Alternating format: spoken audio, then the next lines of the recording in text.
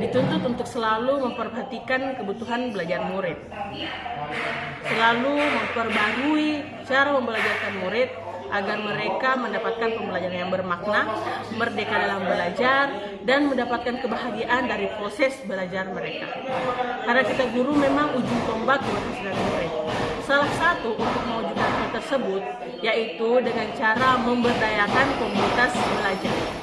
Dalam pelaksanaannya, komunitas belajar SD Negeri 1 Masiri kami laksanakan rutin 1 kali dalam sepekan.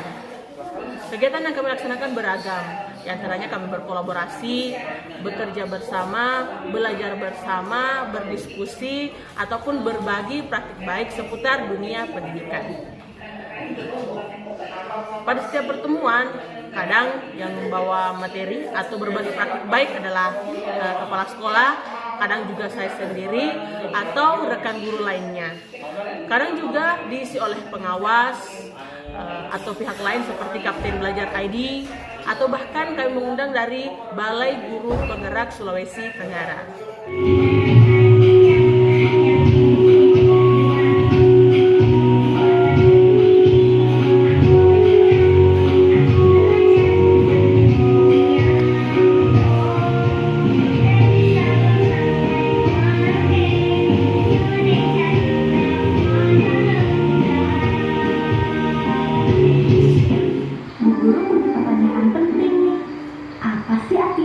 Jadi anak SD harus bisa baca tulis, harus pandai berhitung, dapat nilai bagus, banyak PR-nya.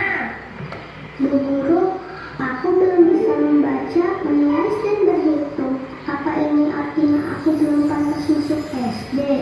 Siapa bilang masuk SD harus lancar membaca, menulis, dan berhitung? Kamu di sini untuk belajar dengan senang. Semua yang kami bahas di komunitas belajar tidak terlepas dari dunia pendidikan.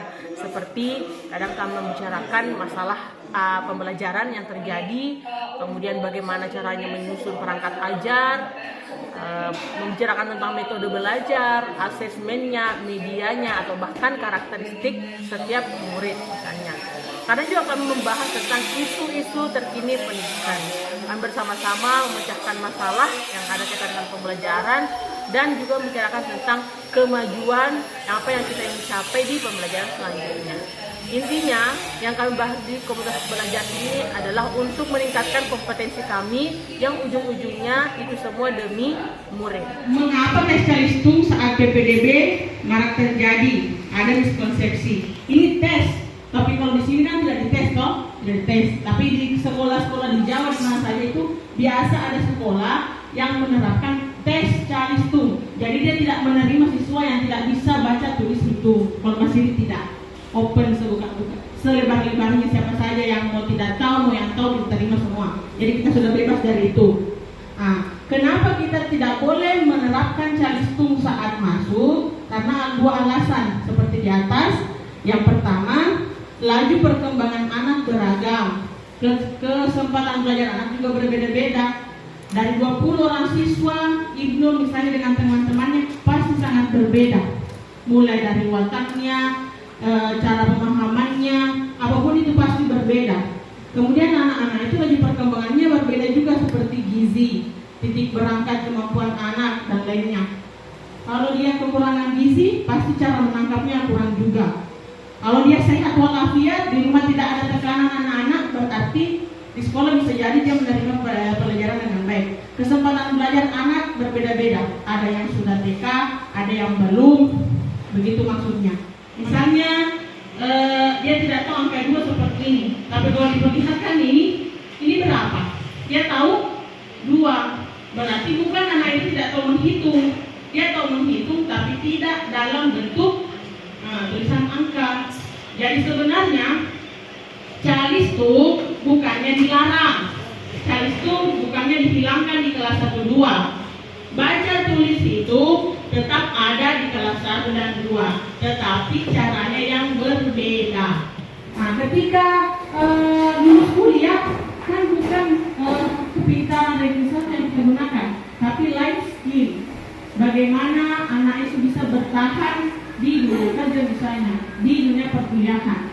Nah, bukan hanya kepintaran sekarang yang kita butuhkan, tapi masa misalnya dia aktif bergerak, kemudian dia bisa memahami situasi dan kondisi. Nah, itu semua kita ajarkan di masa fondasinya anak-anak. Sebagai contoh juga, ada mungkin siswa kita kelas 4, kelas 5, kelas 6 malas ke sekolah, atau dia tidak aktif atau tidak termotivasi untuk ke sekolah. Itu masa fondasi ini harus kita perbaiki. Di masa fondasi nanti ada 6 fondasi yang harus kita bangun ketika dia di kelas awal. Apakah baca, tulis, hitung tidak boleh diajarkan di TK atau boleh? Di SD, apakah baca, tulis, hitung dihilangkan? Tidak. Tidak. Tapi yang diubah adalah cara mengajarnya, cara menyampaikannya. Mereka boleh membaca, boleh menulis, boleh berhitung, tapi sesuai dengan kemampuannya, supaya ketika dia belajar dia senang, tidak tertekan seperti Ines yang kebawa mimpi karena menurutnya belajar di SD itu hanya buku-buku, hanya PR, sedangkan di TK dulu dia belajar mengenang tumbuhan dari buku yang mereka bikin, belajar tentang dunia. Kenapa di TK bisa, SD tidak? Berbagi buku saja tidak mau, padahal dia pintar. Nah, sedangkan yang lain ada yang tidak tahu calistung, tapi dia empati, dia tertib. Maka lagi-lagi kemampuan yang bisa kita nilai kepada peserta didik jangan hanya calistung. Kalau selama ini mungkin kita isi nilai rapor, ketika tidak tahu membaca sudah pasti terakhir itu. Kasih nilai standar 65, 70. Padahal dia orangnya rajin, sopan, kematangan emosinya bagus, tapi kekurangannya hanya di calistung. Itu pun calistung yang kita pahami selama ini. Padahal kalau misalnya menghitung benda konkret, dia bisa, tapi kalau angka tidak bisa. Saya sangat bersyukur dengan adanya komunitas belajar. Di sana kami dapat belajar bersama. Sebagaimana dalam sebuah peribahasa, berat sama dipikul, ringan sama dijinjing. Melakukan sebuah perubahan sendiri atau bergerak sendiri bukanlah sebuah kemustahilan menjadi agen perubahan dunia pendidikan. Namun kami percaya dan satu tujuan bahwa bergerak bersama itu lebih baik, yaitu bergerak dalam komunitas belajar untuk transformasi pendidikan yang luar biasa. Tepuk semangat!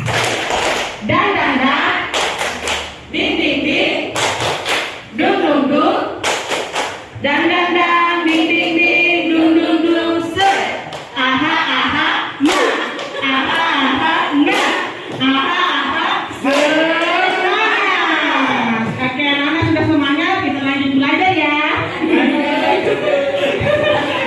Komunitas belajar menjadikan kami sebagai guru yang belajar sepanjang hayat. Itu bisa menjadi contoh dan kiblat bagi murid-murid kami.